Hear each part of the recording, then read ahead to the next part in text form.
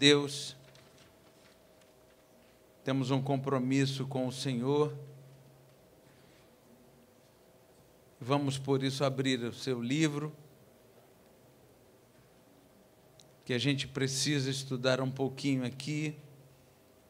Abra aí em 2 Pedro, no capítulo 3. 2 Pedro, no capítulo 3.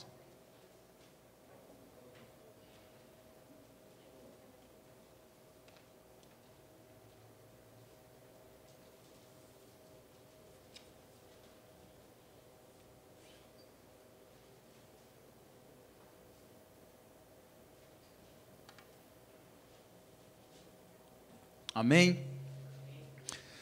2 Pedro, no capítulo 3, verso 1. Amados, esta é agora a segunda epístola que vos escrevo, em ambas procurando despertar com lembranças a vossa mente esclarecida. Como é bom nós sabermos que nós somos os amados, certo? Como é gostoso a gente sentir esse amor de Deus. Como é importante e significativo para nós. Sabemos que nós somos alvos desse amor intencional. Porque Deus, ele não faz nada por acaso.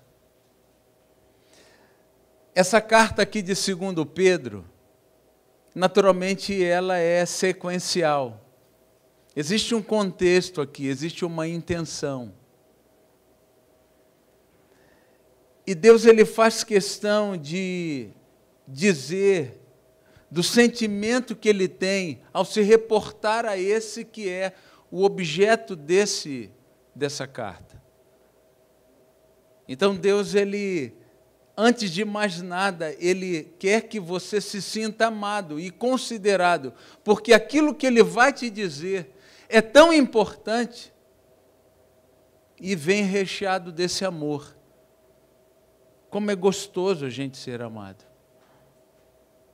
Nós estamos, sabe, queridos, vivendo um momento assim muito especial da nossa vida, por conta de N circunstâncias.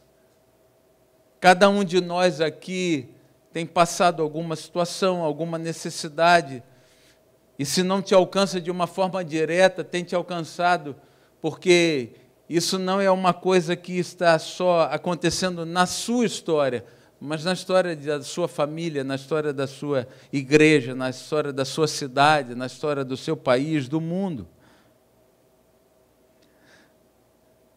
Como é bom a gente saber que nós somos amados. Há uma diferença, e a gente precisa bem entender isso, há uma diferença da gente saber que Deus é amor e você só tem amor. E esse amor que eu tenho, ele se dispõe a dar a minha vida por uma pessoa que eu amo. Isso é porque eu tenho amor. Mas esse amor que eu tenho, ele às vezes também se revela chamando a atenção de alguém, colocando de castigo um filho, dando umas palmadinhas, né? Hoje não é mais socialmente correto, né? Mas politicamente correto é bom. Mas esse amor que se revela dessa forma, às vezes a gente não entende, mas ele se revela dessa forma. Imagine as faces do amor de Deus. E Deus, ele é amor. Imagine como nós estaremos entendendo as revelações desse amor ao longo de toda a eternidade. Mas esse texto aqui diz que ele vem despertar com lembranças a vossa mente esclarecida. Isso significa que alguma coisa já foi falado e o tempo se encarregou de fazer com que eu e você nos esquecêssemos disso, que é muito importante, que foi falado, revelado por aquele que ama a gente. despertar as lembranças, a mente esclarecida. Verso 2: para que vos recordeis das palavras que anteriormente foram ditas pelos santos profetas, bem como do mandamento do Senhor e Salvador e os ensinamentos dos apóstolos. Então, 3 coisas aparecem aqui no verso 2 que motivam o despertar das lembranças. Os ensinamentos dos profetas, como é importante a gente conhecer o ensinamento dos profetas, principalmente nos dias que nós estamos vivendo. Os santos mandamentos, os mandamentos do Senhor e os ensinamentos dos apóstolos, onde nós encontramos, resumido então, esses 3 objetos da consideração do Senhor. Na igreja. Na igreja. Aqui nós temos o ensinamento profético. Existimos por causa da profecia. Somos a voz da profecia. Apocalipse 14. Vi outro anjo voando pelo meio do céu, tendo o evangelho eterno para pregar. Aqui está a paciência dos santos, os que guardam os mandamentos. Então encontramos aqui os ensinamentos proféticos. Encontramos aqui os mandamentos do Senhor, e encontramos aqui o ensinamento dos apóstolos que, motivados pelo ID, assim como nós estamos, motivados pelo ID, o Evangelho saiu a ser pregado, e aí nos alcançou, e hoje nós estamos aqui para reproduzir isso na vida de outras pessoas também. A igreja, então, ela reúne todas essas características que eu e você precisamos para que entendamos o momento urgente que nós estamos vivendo. Sabe, gente, por conta da pandemia, eu e você começamos a nos reinventar como igreja, como pessoa, como pai, como mãe, como casal, como família, como amigo. Começamos a nos inteirar um pouco mais, aqueles que não estavam tão familiarizados com a tecnologia da comunicação, começamos a nos inteirar um pouco mais. Os grandes centros comerciais se esvaziaram, os grandes centros de negócio, os escritórios se diminuíram, as pessoas começando a se reinventar por conta da urgência daquilo que está acontecendo. Mas uma coisa me chama bastante a atenção, é que descobrimos que tudo isso aqui não passava de um palco da performance daquilo que eu imaginava ser igreja. Porque me preparava para pregar, porque ia à igreja, ou me preparava estudando a lição, porque eu ia ter que apresentar o meu conhecimento adquirido na semana, naquele momento ali da classe, e eu não queria passar vergonha, porque alguém ia me abordar em algum momento, eu precisava ter esse conhecimento, ou então eu tinha que preparar a minha roupa para me apresentar então às pessoas, nesse encontro semanal, que muitas vezes me tomava 3 dias da semana. E aí descobrimos que, e começamos a falar também, né, na verdade, eu sou a igreja. E muitas pessoas, sem entender o significado pleno disso, perderam completamente a sua identidade e a sua ligação com esse ambiente que até então nós conhecemos como exclusivamente igreja.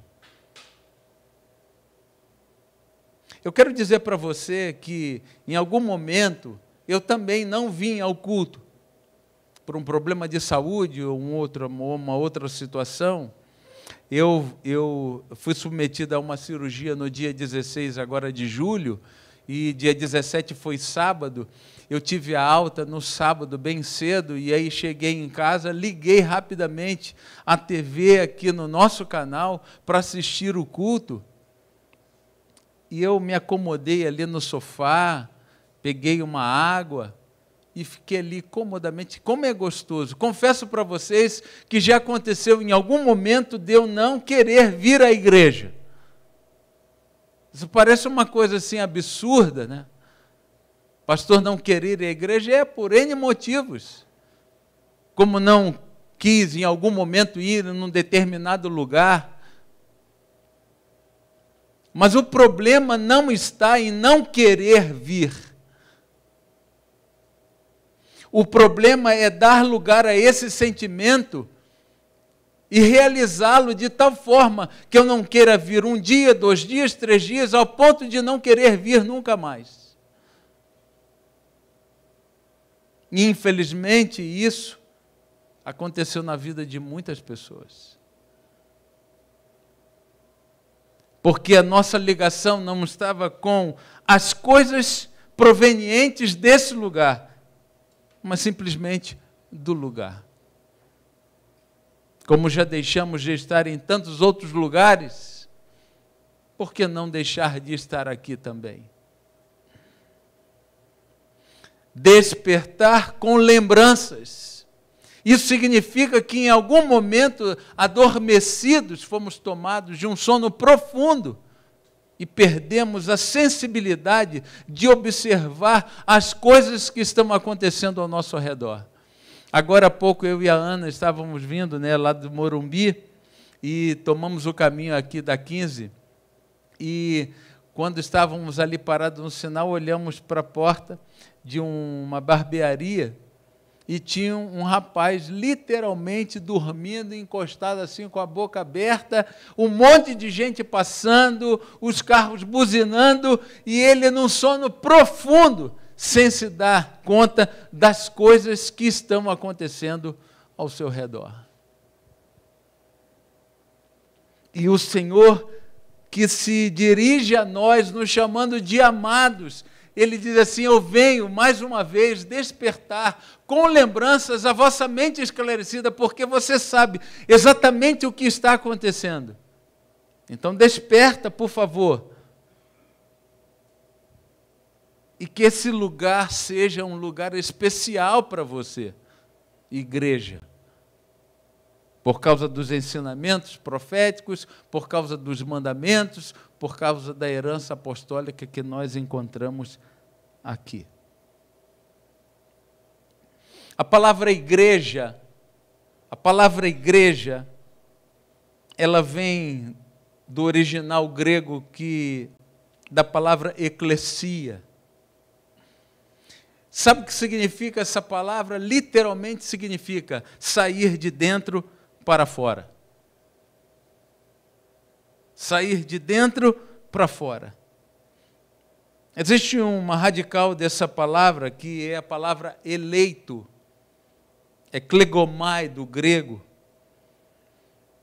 E aí, juntando então isso tudo, a gente entende que ser igreja é sermos chamados por Deus para formarmos um povo, um grupo de pessoas, e de dentro para fora fazermos a diferença na vida de outras pessoas. 1 Pedro, no capítulo 2. 1 Pedro, no capítulo 2. No início da carta, que tem essa intenção, essa motivação, é Deus inspirando alguém para que esse alguém inspirado pudesse registrar esse momento tão significativo que manifesta então para aqueles que estavam lá naquele tempo e para nós hoje, a preocupação do Deus que se aproxima de nós e diz assim: ei, amado.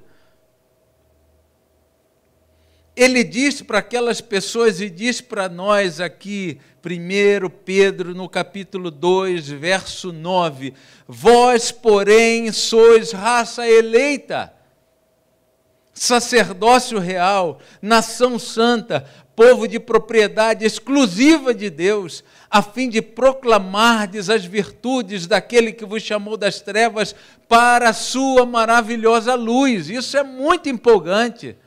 Isso é uma declaração significativa. Deus, Ele escolhe palavras para dizer o que você é para Ele.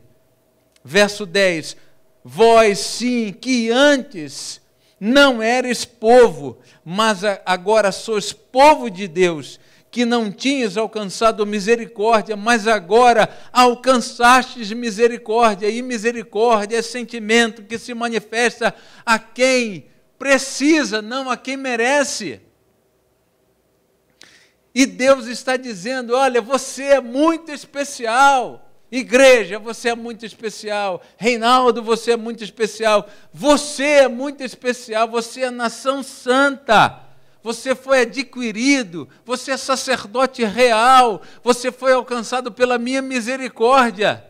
E o tempo se encarrega de fazer com que aquelas pessoas se esqueçam de quem elas são. Imagine você se esquecer de quem você é.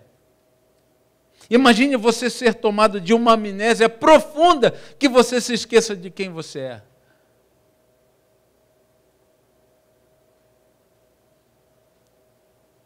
E aí Deus se volta para nós novamente e diz assim, amados, mais uma vez eu vou dizer para você quem você é. E onde você reúne então todos esse conjunto de características que precisa ser conhecido. Você entende por que Deus se aproxima de nós como amados e tem a intenção de despertar as nossas lembranças? Porque talvez eu e você estejamos nos esquecendo de quem nós somos. A gente não pode se esquecer de quem a gente é. Tudo tem um propósito, tudo tem um fundamento, tudo tem um porquê. Não nos reunimos aqui simplesmente para um entretenimento. Não separamos um tempo da nossa vida simplesmente porque não temos uma outra coisa a fazer. A gente tem um propósito.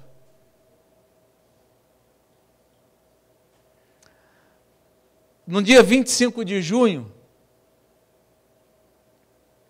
em voto lido em sessão virtual,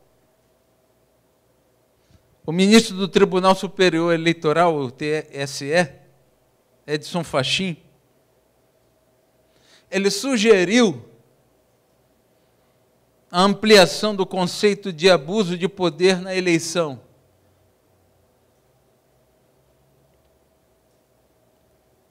Hoje, restrito à economia, pessoas que compram voto, ou restrito a uma situação política, o uso da máquina pública. E ele propõe, 25 de junho, ele propõe que esse uso de abuso deve ser considerado crime a defesa de candidatos em igrejas e sugere também que pastores e líderes deixem seus cargos durante a campanha. Por quê? Porque, na opinião dele, nessa proposta, as pessoas estão se valendo da igreja, do ambiente da igreja, para se promoverem ou promoverem juntos as suas ideias. E aí, porque tudo isso é um grande emaranhado político intencional, e você sabe muito bem. E eu cito isso porque essa discussão se alonga.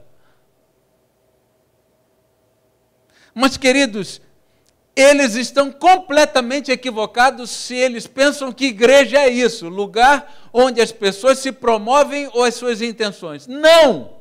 Absolutamente não. Igreja não é isso. A igreja é a casa de Deus onde nós nos encontramos e renovados saímos para fazer a diferença na vida das pessoas. Isso é igreja. Quando diz nação santa, e a palavra santo significa separado, não significa que a nação santa vai se alienar de tal forma que ela se torne insignificante e transparente diante das necessidades humanas. Nós somos uma comunidade, uma igreja missional. O Espaço Novo Tempo de Piracicaba é uma comunidade de crentes, é uma igreja missional.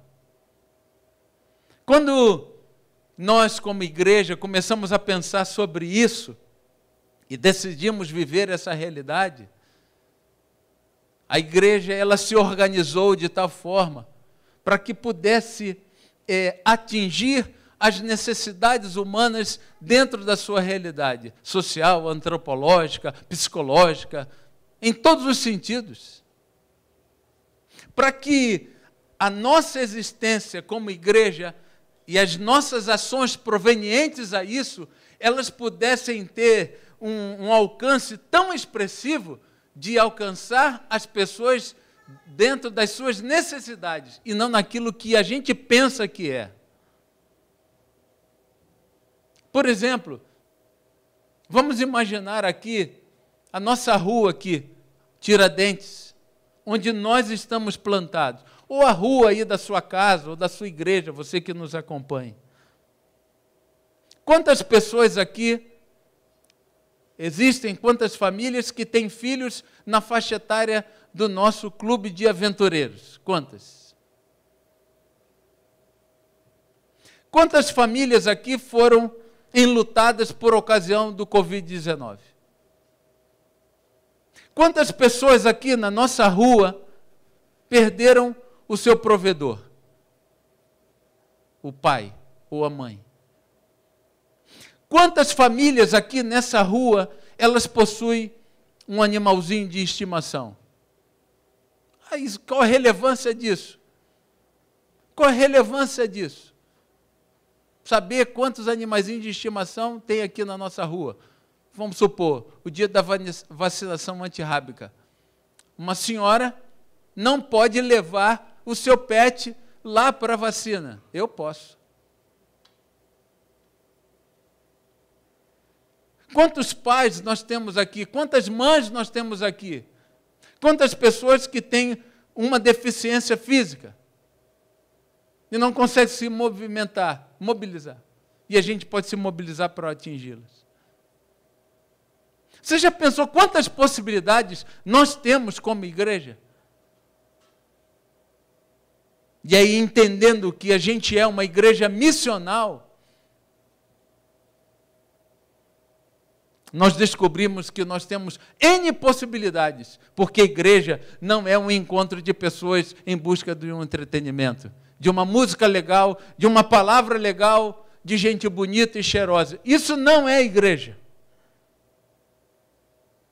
Entendemos que, mais do que levar as pessoas à igreja para ouvirem de Cristo, Cristo é levado às pessoas por meio da presença da igreja no mundo e na vida de uma sociedade. Isso é igreja. É a igreja que se mistura sem ser absorvida. Cristãos que se relacionam autêntica e intencionalmente com as pessoas, fazendo com que Cristo seja apresentado a partir da concretude de suas vidas e testemunho. Que coisa fantástica isso. Ser uma igreja missional, e nós nos propomos a ser. Implica em interesse por gente, evitando-se o isolamento cultural e social.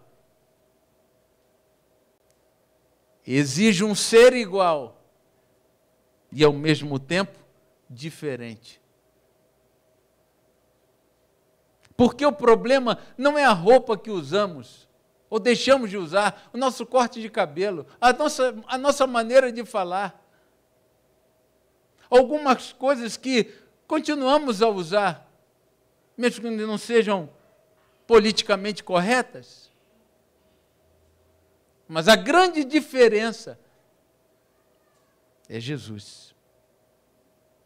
Cristãos não podem ser estranhos para além da estranheza e do escândalo do Evangelho. Mas também não podem ser iguais ao ponto em que as pessoas não percebam a singularidade de uma vida afetada por Cristo Jesus. Eu queria ficar repetindo essas frases assim, para que a gente pudesse colocar isso na nossa cabeça e no nosso coração. E a gente entendesse realmente que a gente é a igreja. Escolhemos ser missionais. Isso aqui é apenas um reflexo disso, mas isso aqui não resume aquilo que a gente é. Porque ainda é uma ação muito pequenina frente a N possibilidades que eu e você podemos ter como igreja. E como pessoa. Ser missional, gente. Ser missional é redescobrir a igreja local como uma importante enviadora de missionários ordinários, cristãos comuns, mas que são cheios do Espírito Santo, educados e disciplinados para fazerem menção de Cristo, justamente porque estão cheios de Jesus.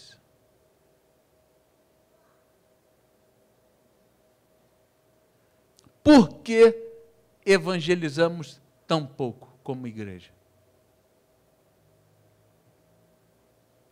Preste atenção nisso, é apenas a impressão de um homem. Por que evangelizamos tão pouco? Porque não fomos suficientemente evangelizados. Gente cheia do Evangelho evangelizará. Se não nos lançamos ao campo missionário, nós somos o campo missionário. O Senhor Jesus vai até aquele grupo de pessoas e faz com que eles entendam que são amados, para que eles possam reagir e com as suas lembranças, eles definitivamente viverem a urgência dos dias que antecedem a vinda de Jesus. Irmãos, a gente é ou não é uma igreja? A gente é ou não é uma igreja? A gente é uma igreja. E nós somos uma igreja missional. E o Senhor vem dar essa sacudida na gente para despertar as nossas lembranças. Eu vou terminar com umas imagens aqui, irmãos, da última semana. Esse texto ele é lindo, né? Amós 3:7. Acredite nisso, certamente o Senhor Deus não fará coisa alguma sem ter revelado os seus segredos aos seus servos, os profetas. Por isso a gente crê nisso, por isso a gente acredita em tudo isso que a gente está falando, que a gente está ouvindo, que a gente está vivendo, a gente acredita nisso. Deus nos revelou, não existe nenhuma surpresa. A gente sabe exatamente o tempo que a gente está vivendo, né? A gente sabe, a gente tem consciência disso.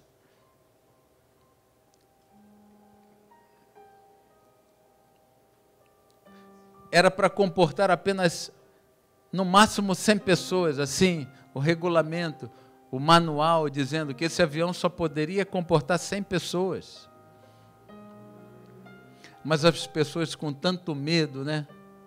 Depois de 20 anos, as forças americanas se retiram do Afeganistão E o Talibã, o braço mais radical do islamismo, toma novamente o poder. E as pessoas, imaginam elas, nós precisamos fugir daqui. E mais de 600 pessoas ocupando um lugar. E aquelas que estavam do lado de fora, elas tentam se agarrar, porque elas querem fugir. E essa semana, isso você já viu, eu tenho certeza, isso rodou por aí. Pessoas caindo do avião. Imagine uma pessoa em sã consciência, desesperada, imaginar que agarrada a um avião, ela vai conseguir chegar ao seu destino. Desespero, né, irmãos? Algumas notícias nos chamam bastante atenção. A China estabelecendo ligações com o Talibã. A China que tantas notícias nos trazem, né? E essa cena aí, irmãos, você também viu. Pais entregando seus próprios filhos para esses soldados aí, imaginando que assim eles vão se salvar. Cenas dessa semana, tá? Dessa semana. No sábado passado, dia 14 de agosto, às 8h29 da manhã, amigos e irmãos se preparam para ir à igreja. Alguns já haviam chegado para ensaiar as músicas que cantariam e tocariam. Já estão lá na igreja. Está tudo preparado. 7,2 de magnitude, profundidade de 10 quilômetros. O Haiti é sacudido e mais de 2.000 pessoas já vitimadas. Os sismógrafos estão dizendo que os terremotos estão acontecendo e cada vez mais intensos e cada vez mais espaçados, próximos um do outro. Acontecimentos dessa semana. E como se não bastasse a terra sacudir, o vento forte sopra ali naquele lugar.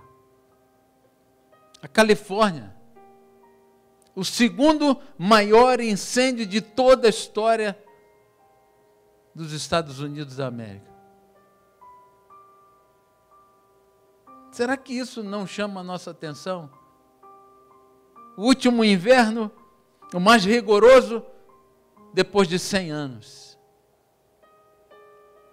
Todas essas coisas nos chamando a atenção. E esse texto parece que foi escrito nessa semana, Lucas 21, 26. Os homens desmaiarão de terror, apreensivos com o que está sobrevindo ao mundo, e os poderes celestes serão o quê? Abalados. Homens desmaiando, não suportando a carga emocional daquilo que está acontecendo. Irmãos, se nós esquecêssemos a pandemia e se nós nos concentrássemos nos episódios marcantes da última semana, já teríamos argumentos suficientes para vivermos o que é realmente ser uma igreja. Irmãos, não se acomode ao saber que se você não pregar, as pedras vão pregar. Por favor, não se deixe enganar por isso. Nessa manhã, o Senhor vem despertar com lembranças a nossa mente esclarecida. Amanhã poderemos começar uma nova história. Pela benfazeja influência do que acontece agora. Ei, irmãos, o verdadeiro culto começa quando esse termina. Porque é ali que você vai ter oportunidade de viver o que você experimentou aqui. Então viva, por favor, viva, em nome de Jesus. Vamos orar? Pai de amor querido, louvado seja o teu nome, porque o Senhor nos considera como amados. Obrigado, Deus, porque todos nós temos a oportunidade de saber e viver o que é a igreja. Obrigado, Deus, porque a tua palavra, de uma forma clara, mostra para nós caminho, verdade e vida. Obrigado, Deus, porque a tua palavra também nos compromete, porque ela diz para nós: vá agora e conte para as pessoas aquilo que eu fiz na sua vida. E se não sabemos fazer, o próprio Deus nos capacita. E se não sabemos ainda fazer, podemos convidar alguém para ver alguém fazendo.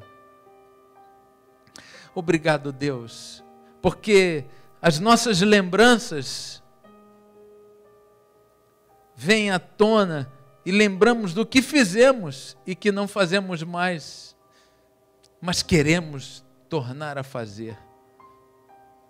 Obrigado, Senhor, que o Senhor desperta as nossas lembranças daquilo que fomos, mas também nos arranca o desejo de sermos exatamente aquilo que o Senhor espera que sejamos. Obrigado, Deus, muito obrigado, porque estamos entendendo o que é ser uma igreja missional. E faremos a diferença, Deus, por favor, faremos a diferença, porque essa obra começa agora. Abençoe a cada um de nós, Deus, a nossa família, a nossa igreja, os nossos sonhos, os nossos planos, os nossos departamentos. Abençoa-nos, Senhor, e que cumpramos o papel para o qual fomos estabelecidos aqui nesse lugar, para a tua honra e para a tua glória e para a salvação de milhares de pessoas. É o que nós te pedimos, Senhor, e nós te agradecemos no doce nome de Jesus. Amém e amém.